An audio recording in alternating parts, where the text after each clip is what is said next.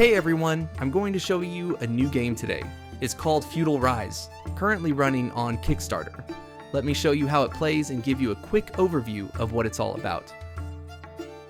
This is a solo, peaceful medieval builder, no war, just thoughtful planning and adapting to the changing needs of your growing town.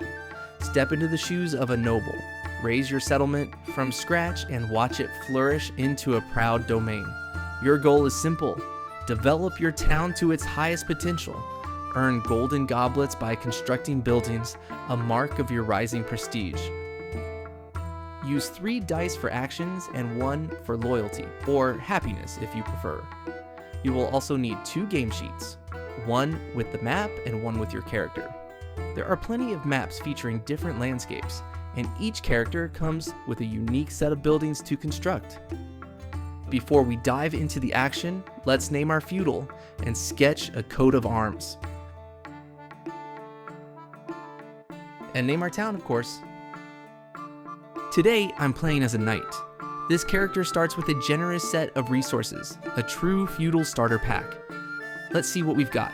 I've already got 2 camps built, and now I need to place them. They harvest from nearby deposits, so I have to think carefully about where they go. I'll place one here between 3 water hexes and the other between 3 lumber yards, or forests, if you prefer. I also have a pre-built house with 2 fully fed workers. In this game, placing a building gives you a bonus. For example, houses grant loyalty. My knight starts with 3 loyalty, and with the house bonus, I now have 4. Let's place the loyalty die on its spot. Placing a house near water grants extra loyalty, but I'm aiming for gold. I'll get a coin if I group 3 houses together, right in the heart of my future town. Also, if I manage to surround my town with walls, this house will earn me 1 victory point. Every hex with a building inside the walls contributes a point.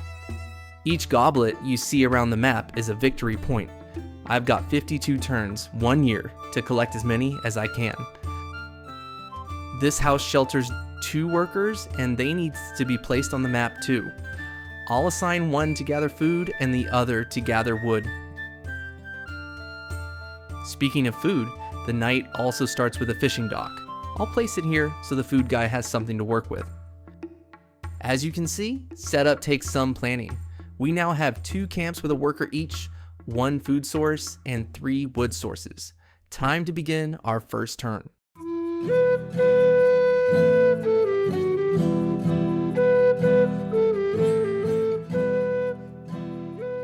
Now I roll my dice and allocate them across 3 actions: production, transportation, and edict. The first 2 determine how many resources I can produce and transport across the entire map this turn. The third one, called edict, and it's the most important one. It represents a royal order and it must be fulfilled. First comes the production phase. According to this die, all my camps can produce up to 3 resources in total this turn. Each camp generates 1 to 3 resources per turn, depending on how many workers it has. For example, this lumber camp can produce only 1 wood since it has just 1 worker. My fishing camp also produces 1 food. That's all within the limit, so production is done. Now we move on to transportation. The second die shows how many resources I can transport this turn, from production sites on the map to the buildings on my character sheet. Just like with production, each camp can move 1 to 3 resources per turn, depending on how many workers it has. This turn, my transport limit is 2, which is just enough for each of my 2 workers to move 1 resource. I simply darken the wood and food I produced earlier. 1 food here, 1 wood here, and my second house is complete. As you can see, it was almost finished and just needed 1 last piece.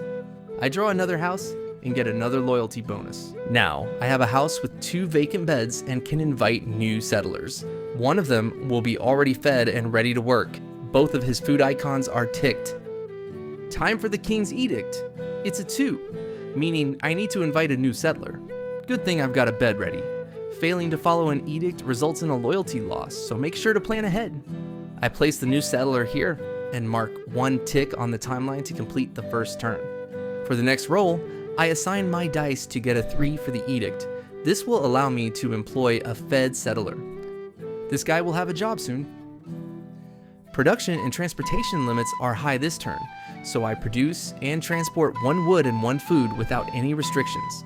Food, just here for the next person, and I think I'll start building another camp, so I use wood there. Now I fulfill edict number 3, employment. Since this settler is fully fed, I can assign him as a worker. I'll place him in this camp to double its efficiency. End of turn 2. Quick recap. 1. Setup. Each character begins with a set of starting resources, including people and buildings. Place them strategically on the map based on your production plans for the first few turns. 2. Collect golden goblets. These are your victory points. You mostly earn goblets by completing buildings and through special events. 3. Time is against you. You have 1 in-game year to play, 52 turns. Keep an eye on your loyalty. Don't let it drop below 1 and finish the year with as many goblets as you can. 4. Production and transport limits. The first 2 dice determine the global limits for production and transportation across the map. Within each camp, the number of workers also limits how much that camp can produce and transport. 5. The King's Edict. The third die represents the King's Edict and must be fulfilled. Failing to meet the edict costs you 1 loyalty. 6. A healthy economy. To grow strong, your town needs enough housing, well-fed people, and plenty of available jobs.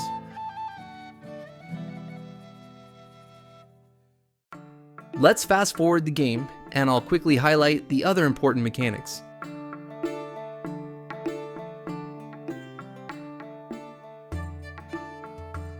Stacking coins gives you more flexibility. You can spend gold to perform multiple special actions at any time during the game.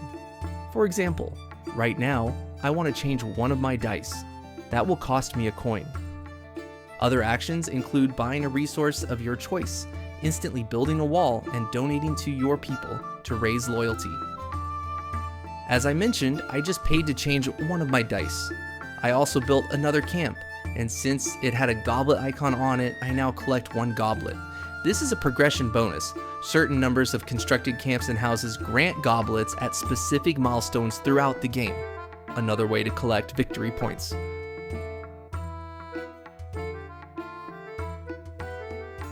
My lumberjack team has exhausted 1 forest and moved on to another. A worksite can produce and store a maximum of 6 resources. Edict number 5 is called taxes, and I must collect 1 coin but lose 1 loyalty.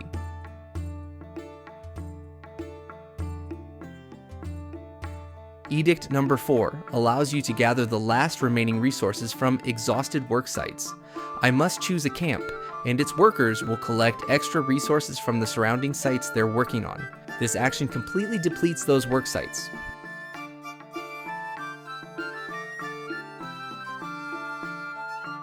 Edict number 6 requires me to pay 1 gold and survey the land. In other words, draw 1 work site. There are 3 types of work sites: lumberyards, or simply forests, which must be placed on dark green hexes, mines, which can only go on stone deposits, and fishing docks, which are built on water. A workers' camp can be connected to any number of adjacent work sites, but it can only specialize in producing 1 type of resource, so all the connected sites must be of the same type. For example, these workers are lumberjacks and can't become miners even if I build a mine nearby. I'm in a tricky situation here. My town's loyalty is extremely low, and I don't have any gold to modify dice rolls. In 2 turns, I'll lose 1 loyalty according to this icon here, and that would mean game over. But I managed to complete the church just in time, and that gave me hope. Last brick, and I gain 1 gold and 2 goblets as an instant bonus. And now, must find a place for it. I really want to build a wall here, so not here. I place it here, next to the houses, to gain loyalty thanks to the church's placement effect. Edict number 1 requires me to use any building's ability this turn. If I hadn't built the church just now, I would have failed to complete the edict and lost the game. But now, not only do I have spare gold, I also have 3 loyalty, and I'm about to gain even more.